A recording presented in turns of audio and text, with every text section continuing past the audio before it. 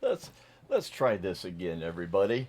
Yeah, I'm not a techie. I'm pretty good at prepping, but I'm not real good at this technical stuff. I guess I should make sure that things are plugged in.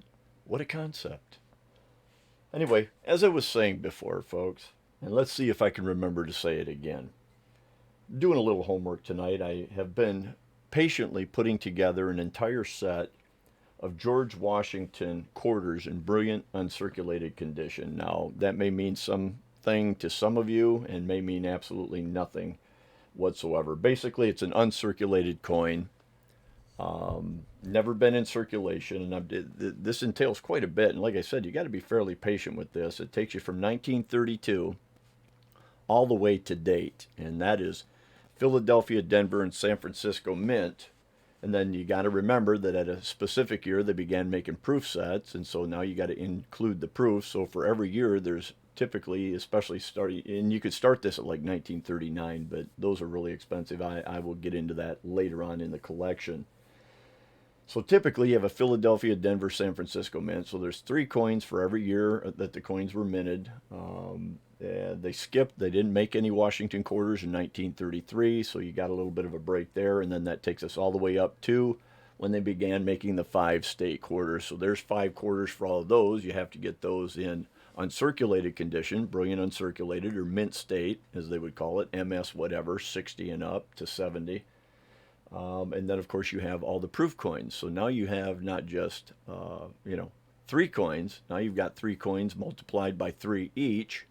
And as you can see, it's quite a monumental task, but I'm enjoying doing it. And the reason I do this, folks, like I said, this channel was basically made for preppers.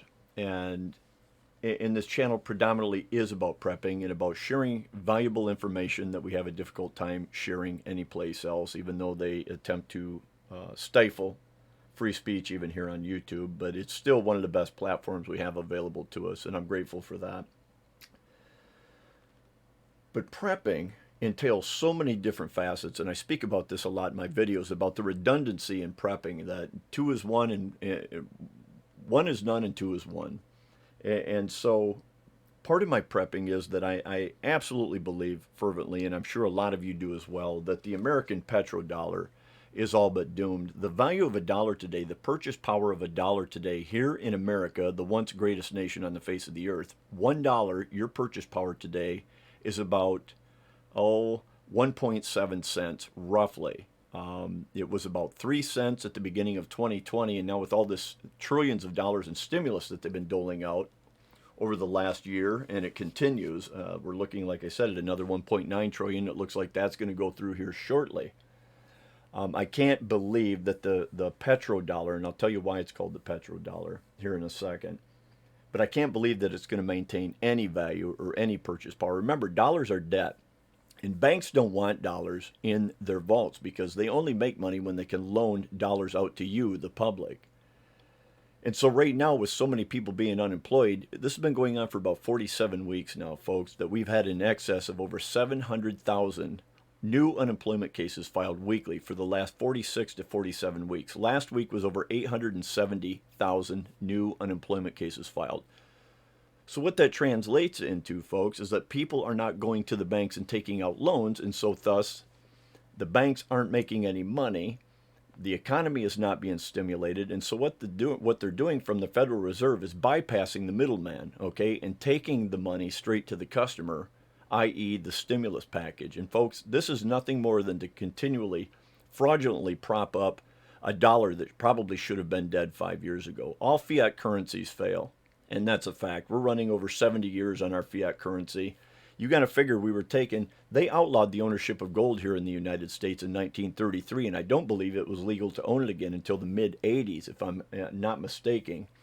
But couple that with the fact that after the Bretton Woods Agreement, okay, Richard Nixon and Henry Kissinger took us off the gold standard on August 15th of 1971. And basically, the reason was you could buy an ounce of gold in 1971 for about $35 an ounce. And America had shown such fiscal irresponsibility during the Vietnam War and multiple other wars. We had racked up so much debt that the foreign countries that be no longer had any faith in the American dollar. And so there was a run on the gold here because America held quite a bit of it. And Nixon and Kissinger saw this as a huge problem. So Nixon took us off the gold standard. And he gave these heroic reasons why. But the real reason why is that we were going into debt. Countries were losing faith in the dollar. And they were pulling out clear back in 1971. Okay. So that being said, after we were pulled off the gold standard, the dollar continued to plummet. Right now, as I said, if you took a $100 bill, comparatively speaking, to 1913 and took a $100 bill today, you would get about $1.70's worth of purchase power. And I know a lot of you might find this hard to believe, but the fact of the matter is, it's truth. Look it up. It was worth about 3 cents at the beginning of 2020. Pardon me while I take a sip of coffee. All this talking makes me thirsty. So anyway, that's the reason why the dollar is in such terrible shape. They have slowly bled off the wealth of this nation through interest rates, because every dollar you have in your pocket, folks, every dollar, this does not represent money. It represents debt. Every one of these notes right here is debt. That is not money, folks. That is a debt note. And the United States owes interest on this. We are borrowing money from the Federal Reserve, who has absolutely nothing to do with the United States. It is a conglomeration of private bankers that loan money to the United States, using it as currency, as legal tender for all debts, public and private. Used to say on the silver certificates and stuff, and I have some of those. I should have got one out to show you. But you could redeem it for silver or gold. Well, they took us off the gold standard. You no longer can do that. The last silver coinage we had was 1964. Everything after that is copper and nickel, made out of copper and nickel. So remember that. This is debt. This is not money. Even though you can still buy nice things with it, the fact of the matter is, folks, it is debt for our nation. It is debt enslavement for our children and grandchildren. So I know people need help. I know you're taking the stimulus money, and some of you need it, and thank God that it's there for you. I'm not condemning. I'm not shunning anybody for this. But the fact of the matter is, every time you take that check and cash it, you are further enslaving your children and grandchildren's future. That is just a financial fact, and they don't teach this in school anymore, and it's pathetic that they don't. But that's the true nature of currency in this nation, folks.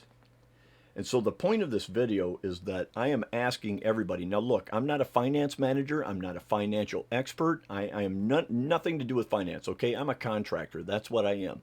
And I work my ass off for my money. And what I'm trying to do and what I'm telling you is preserve my wealth, what little I have, okay? The first thing you need to do is be out of debt. I've talked about this many times. Debt is a killer, especially if the economy plummets, the dollar goes to zero, and you're holding debt, you're screwed, okay? So let's not beat around the bush about that. And I know some people have no choice, and God help all of us when this happens, folks, because this is going to be an economic bubble that is about to burst unlike anything in American history. We're going to see poverty on a level never before seen. People talk about the Great Depression and how people got through all that. Folks, this is going to be so much worse. And the reason for that is that so many individuals hold individual debt. The debt back during the Great Depression wasn't great. People might have had a mortgage on their farmland or whatever it is, but debt was not that great. People didn't typically have $10, $20, $30, $40,000 in credit card debt. They didn't have a $200,000 debt for a house. They didn't have a $50,000 auto loan and college loans, and the list just goes on and on and on. But in today's America, less than 50% of the United States, all Americans, adult working Americans, have less than $400 in savings, folks. And that is a frightening, factual statistic that we need to bear in mind. So when you put money into your savings, and that's why I'm doing this, and it's why I'm bringing this up. I'm a coin collector at heart, so I'm going to kind of mix one with the other to add a little bit of fun to stacking silver and gold in order to preserve your wealth, whatever level that represents, okay? But the fact of the matter is, when you take money and put it into savings, let's say you put $10,000 in savings 10 years ago. It had X amount of purchase power based on 10 years ago, based on the value of our fiat currency 10 years ago.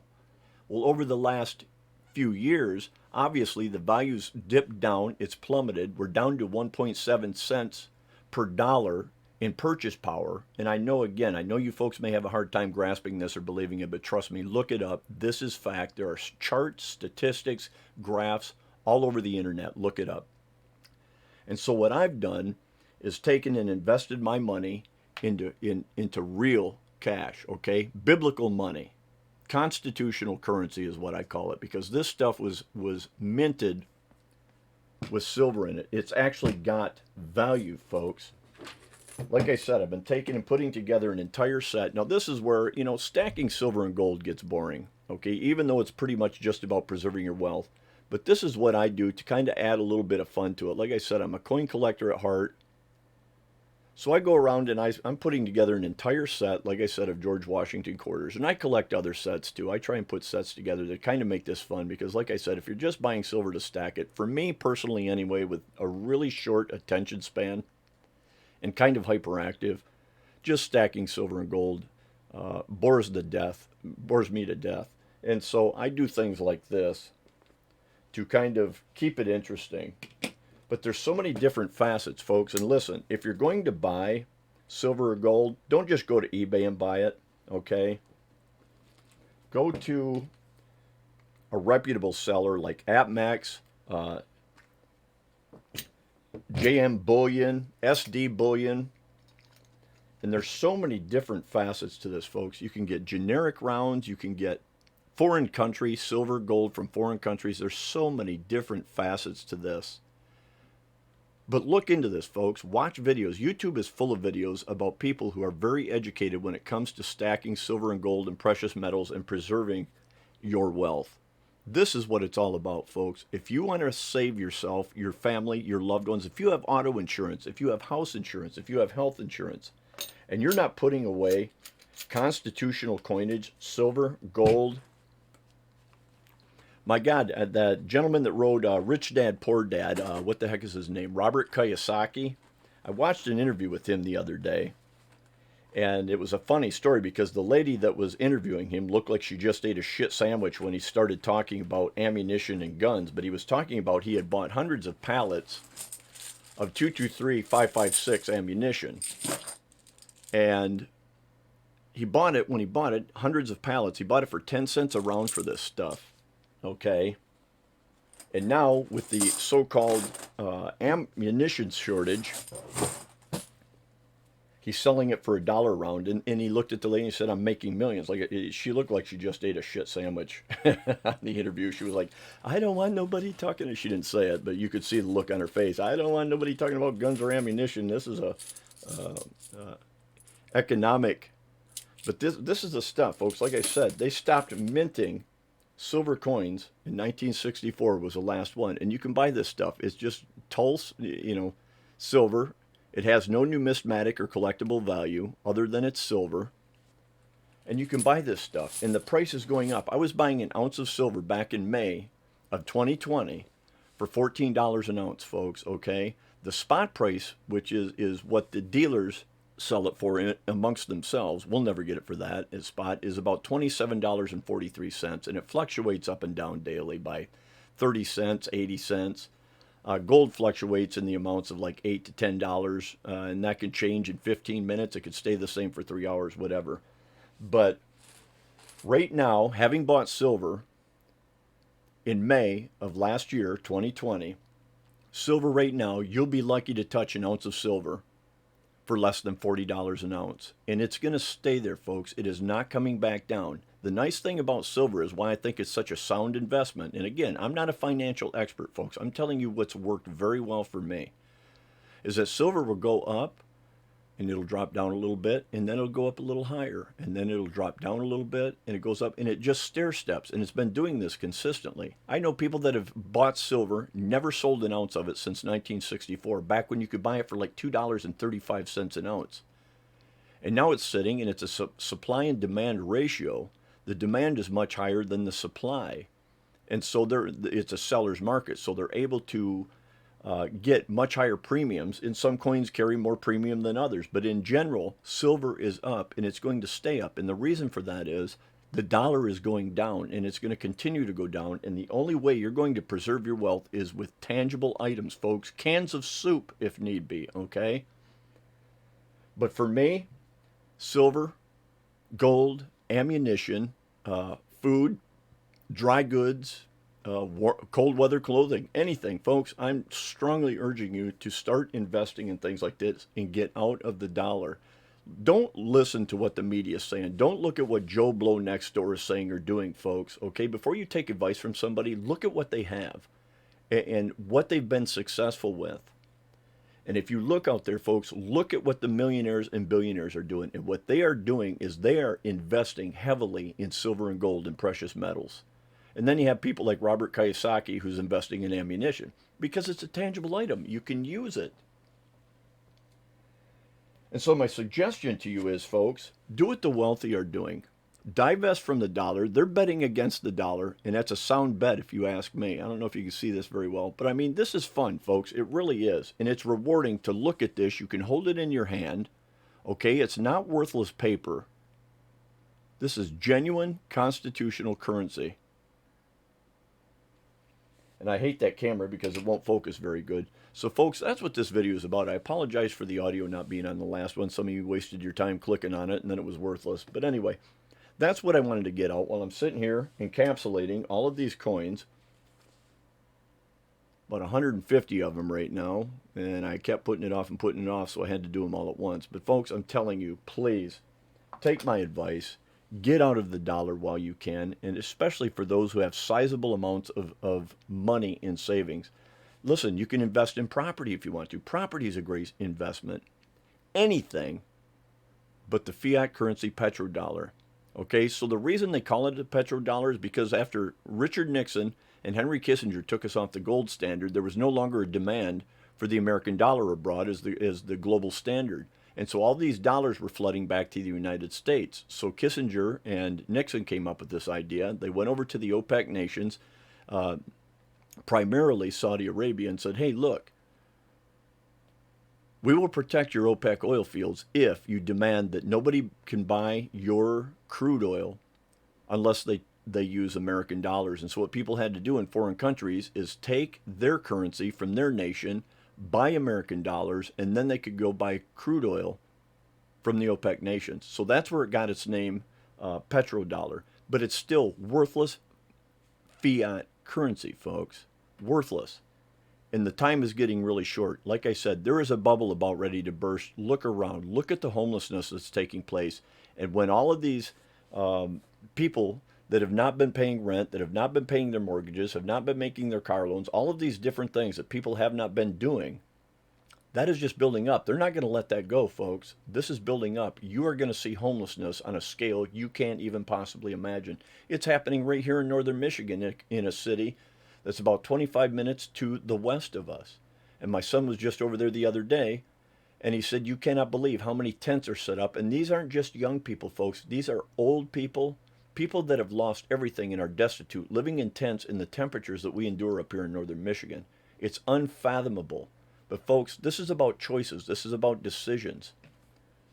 We have to take care of ourselves. We have to be responsible for our own well-being. We cannot depend on the government to help us out and take care of us. It is our responsibility to do this, folks. And I strongly urge each and every one of you to do this. Take this seriously. Look at some YouTube videos. Look around.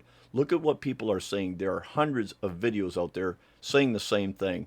We are in a bubble. It is going to burst. It is going to be unlike anything in the history of human beings. And couple that with the food shortages that are taking place because of all of the environmental upheaval. It's not carbon, folks, okay? It's not carbon emissions. It's a grand solar minimum. It is just a cycle of the earth. We're in a grand solar minimum. But it's just a perfect storm, folks. And so I'm imploring you, please listen to what I'm saying. Take the time to look at hard investments, tangible things that actually have intrinsic value, things that are worth something when that dollar collapses, because it's not going to be worth wiping your ass with when it's done. I appreciate you all coming and watching and listening. I truly appreciate it. I pray our Heavenly Father blesses each and every one of you, and hope to get another video out soon. Have a good night.